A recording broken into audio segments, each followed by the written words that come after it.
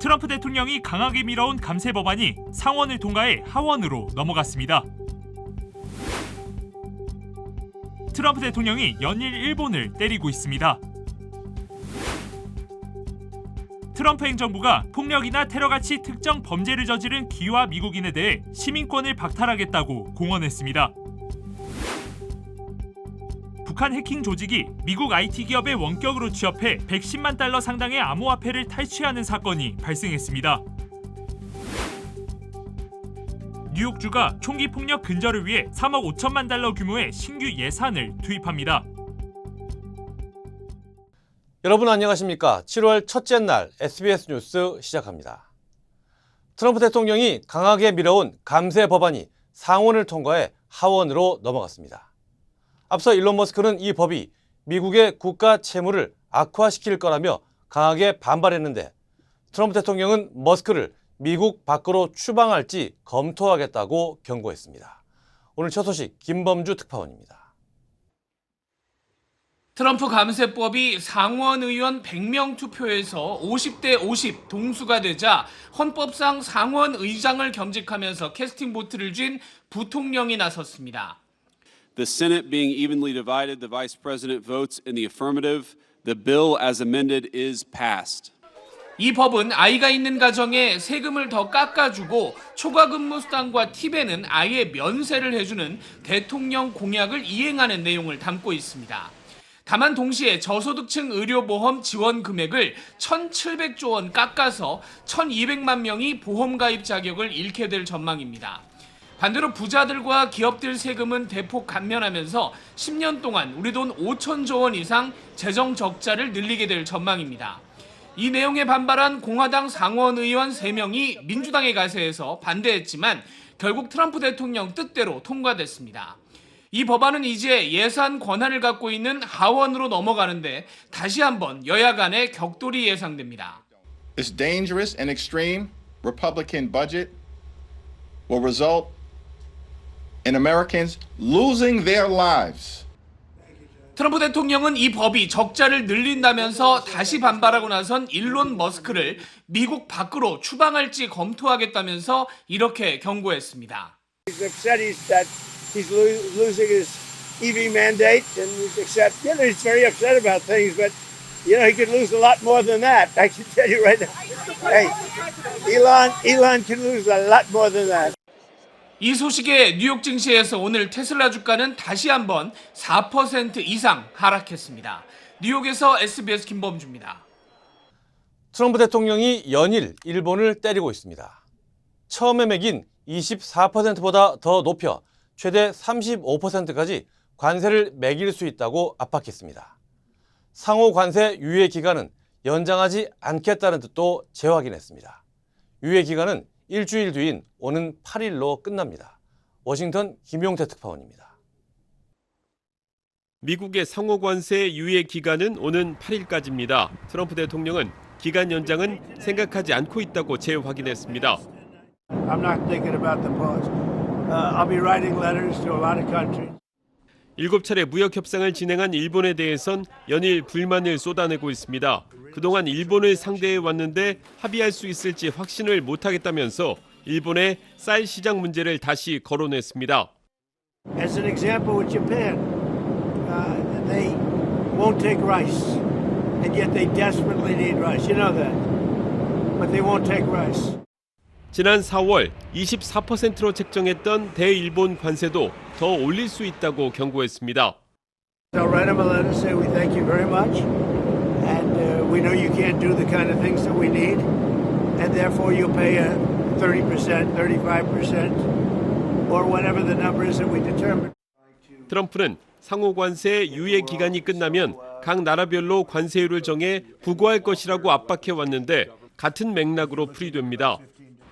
일본이 먼저 트럼프의 표적이 됐지만 상황이 비슷한 우리나라도 비슷한 압박에 직면할 가능성이 있어 보입니다. 워싱턴에서 SBS 김용태입니다. 트럼프 행정부가 폭력이나 테러같이 특정 범죄를 저지른 귀화 미국인에 대해 시민권을 박탈하겠다고 공언했습니다. 연방법무부는 시민권 박탈을 5대 핵심 집행과제로 추진하겠다고 밝혔습니다. 이에 따라 연방검찰은 수사 중 중대한 사안으로 판단될 경우 귀화 시민에 대해 시민권 박탈까지 추진할 수 있는 재량권을 갖게 됩니다. 인민법 전문가들은 이번 조치가 미국 내에서 2등 시민을 만드는 것이라며 우려하고 있습니다. 할리우드를 포함한 LA시 일부 지역의 노숙자 수가 크게 감소한 것으로 나타났습니다. 싱크탱크인 랜드 연구소는 최근 보고서에서 지난해 기준 할리우드는 49%, 베니스 비치는 22% 노숙자 수가 감소했으며 전체적으로는 700여 명이 줄었다고 밝혔습니다. 연구소는 이번 감소가 주거 지원 프로그램의 성과라고 분석했습니다.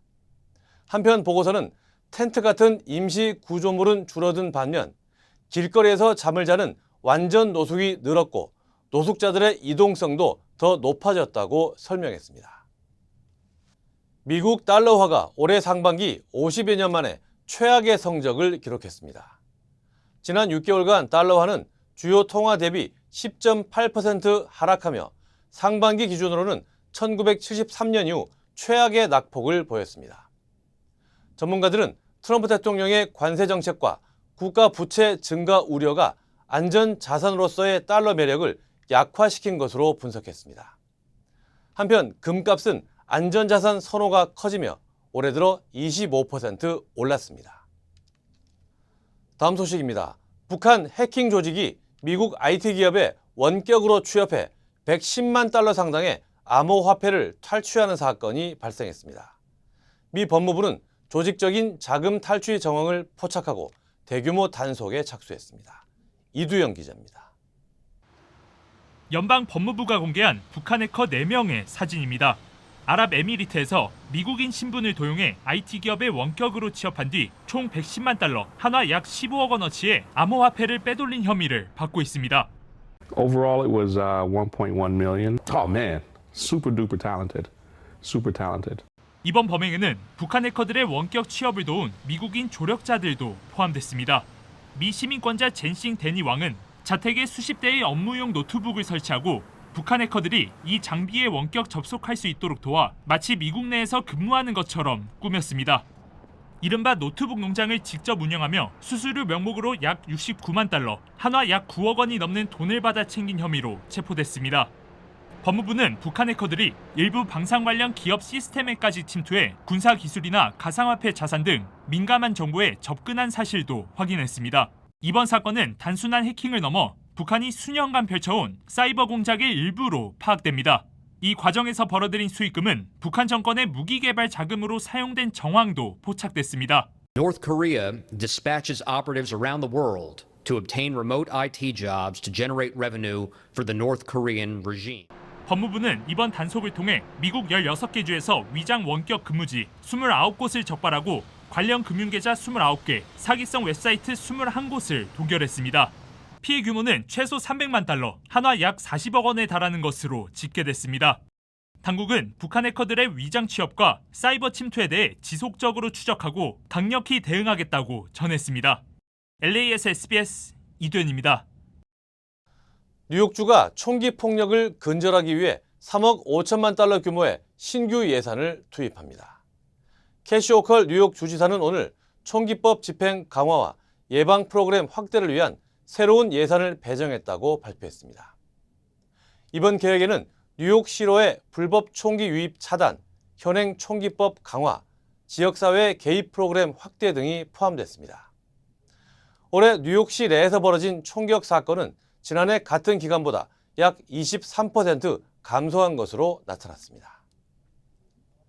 미러키에서 테니스공을 사용해 만든 폭탄이 폭발해 차량과 차고가 파손되는 사건이 발생했습니다. 사건은 지난 토요일 밤 11시쯤 33번가와 파브스트 애비뉴 인근 주택가에서 일어났습니다. CCTV 영상에는 한 SUV가 골목에 멈춰 서고 승객이 무언가를 던진 직후 폭발이 일어나는 장면이 담겼습니다.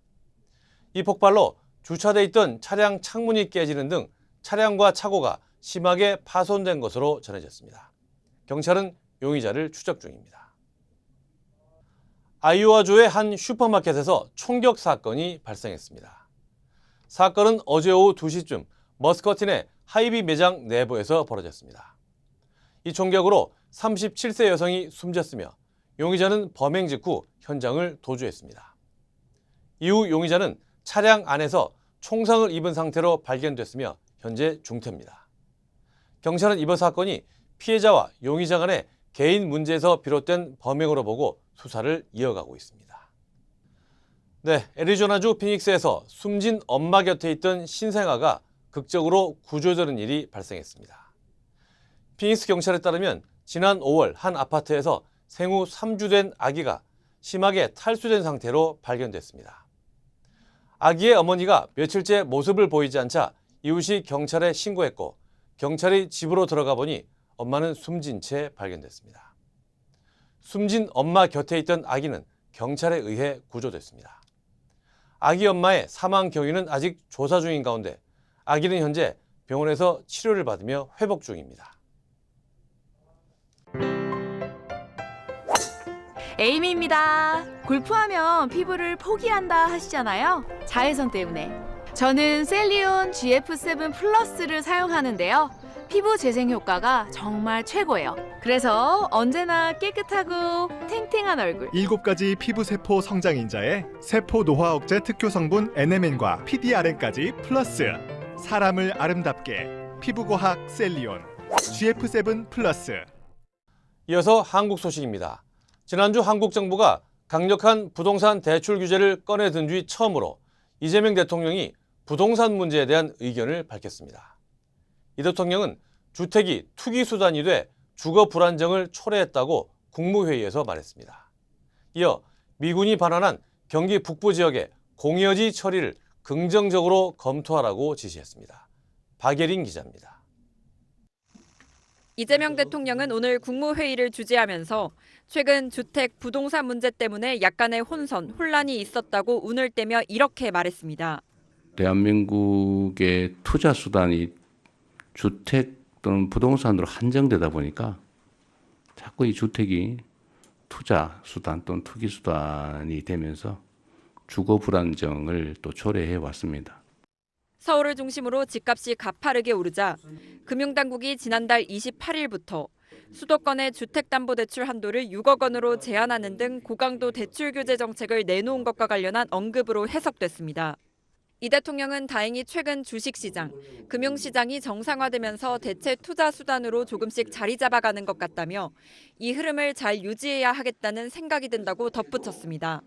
오늘 회의에서 이 대통령은 국방부에 경기 북부 지역의 미군 반화 공여지 처리 문제를 전향적으로 검토해 보고해달란 지시도 했다고 대통령실은 전했습니다. 주한미군 반환 공여지는 미군이 기지 이전 등에 따라 정부 등에 반환한 부지로 동두천, 의정부, 파주 등 경기 북부 지역엔 서울 면적의 4분의 1 정도에 해당하는 145제곱킬로미터의 부지가 있습니다. 전국의 반환 대상 미군 기지 부지의 80%가 넘습니다. 지난 2008년부터 개발 사업이 진행됐지만 진척이 더딘 상황인데 이 대통령은 대선 후보 시절 이에 대한 지원을 약속했습니다. 대통령이 돼서 여당이 되면 법을 바꿔서 영 안 되면 장기 임대라도 해줘서 개발할 수 있게 해주면 되지 않습니까? 이 대통령의 지시로 미군 반환 공여지의 공적 활용이나 개발 등의 속도가 붙을지 주목됩니다.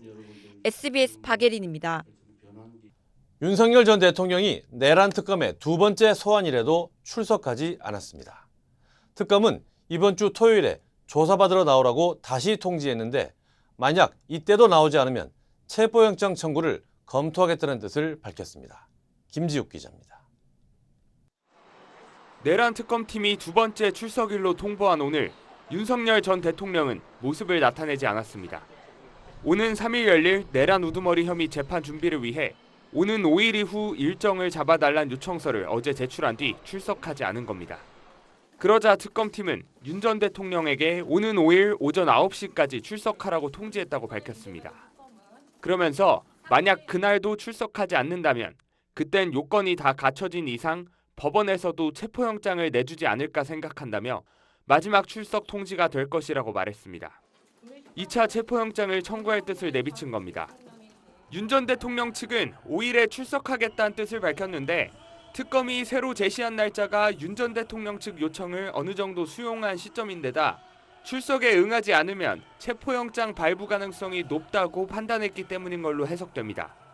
다만 윤 전 대통령 측이 출석 시간을 10시로 조정해달라고 요청한 데 대해서 특검 측은 조사량이 많은 점 등을 고려해 거절했다고 밝혔습니다.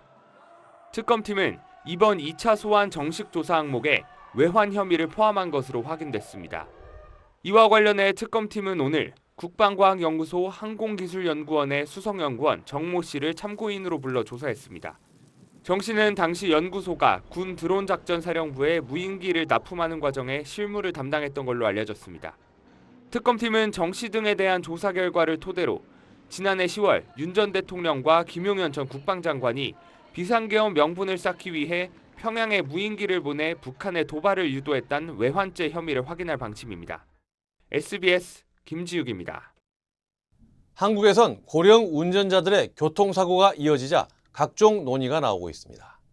일본에선 이런 사고를 막기 위해 자동차 페달을 잘못 밟아도 사고가 나지 않게 하는 안전장치를 2028년부터 모든 차량에 달도록 했습니다.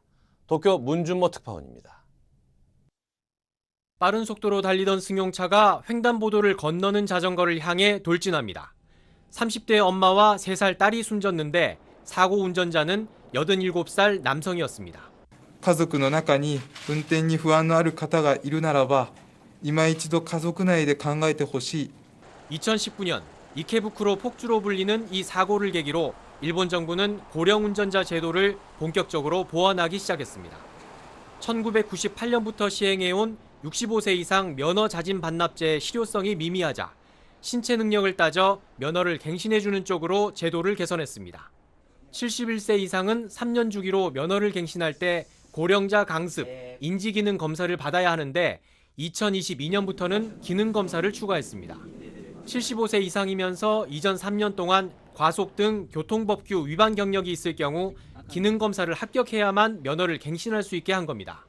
左折することにやっぱり意識がいっちゃったみたいで、一時停止ね止まってなかった。今日の検査もね残念だけど不合格。 기술적으로 아예 사고를 원천 차단하는 방안도 시도되고 있습니다. 오는 2028년 9월부터 모든 자동 변속기 차량에 페달 5조작 방지 장치를 의무화하기로 했습니다. 이 장치를 설치하면 전방 1.5m 앞에 장애물이 있을 경우 실수로 가속 페달을 밟더라도 시속 8km를 넘지 못합니다.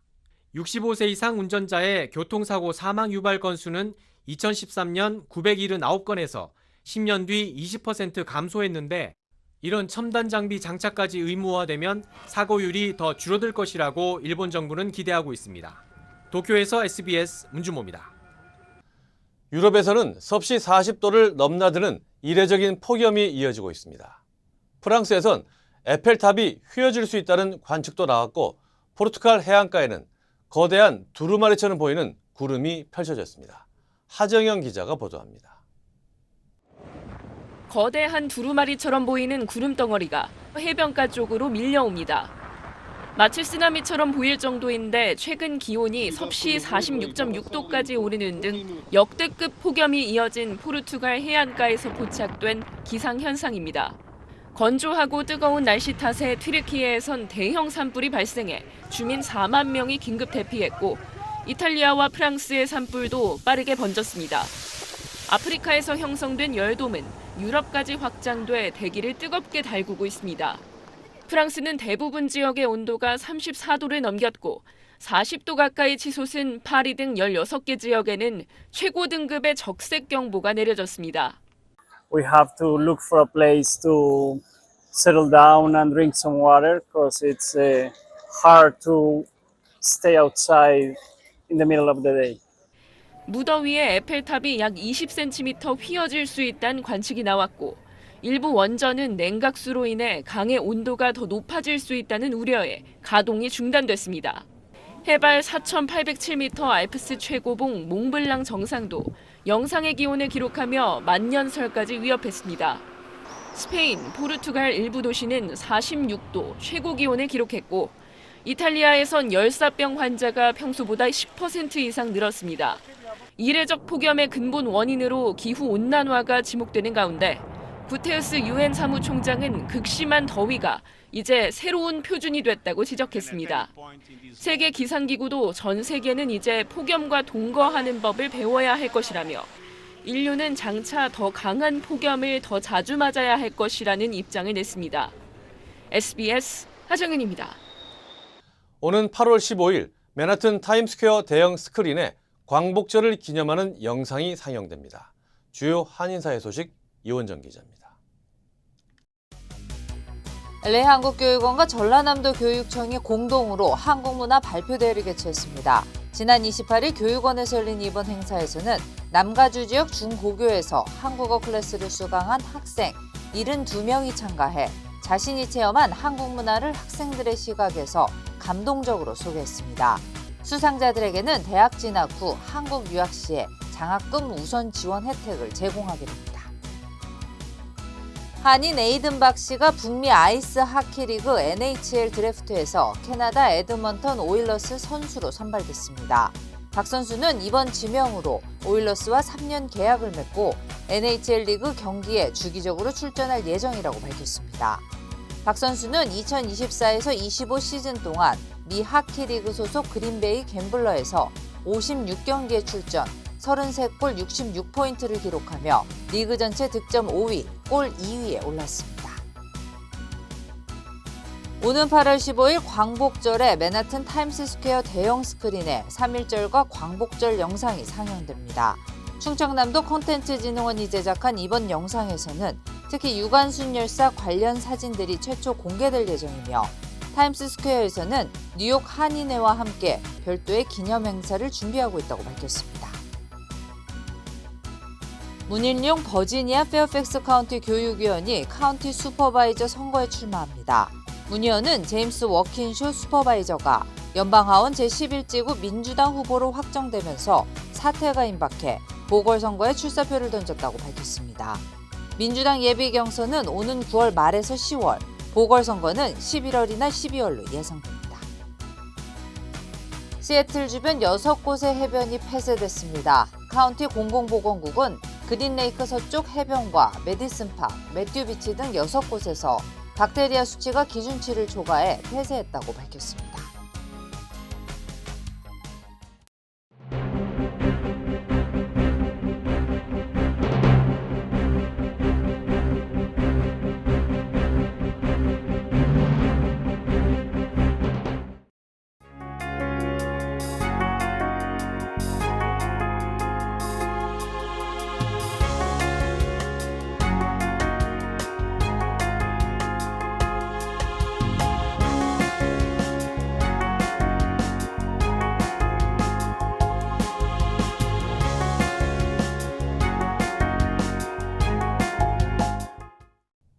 산불과 시위에 더해 새 정부 출범 등으로 2025년 상반기는 정신없이 지나갔습니다.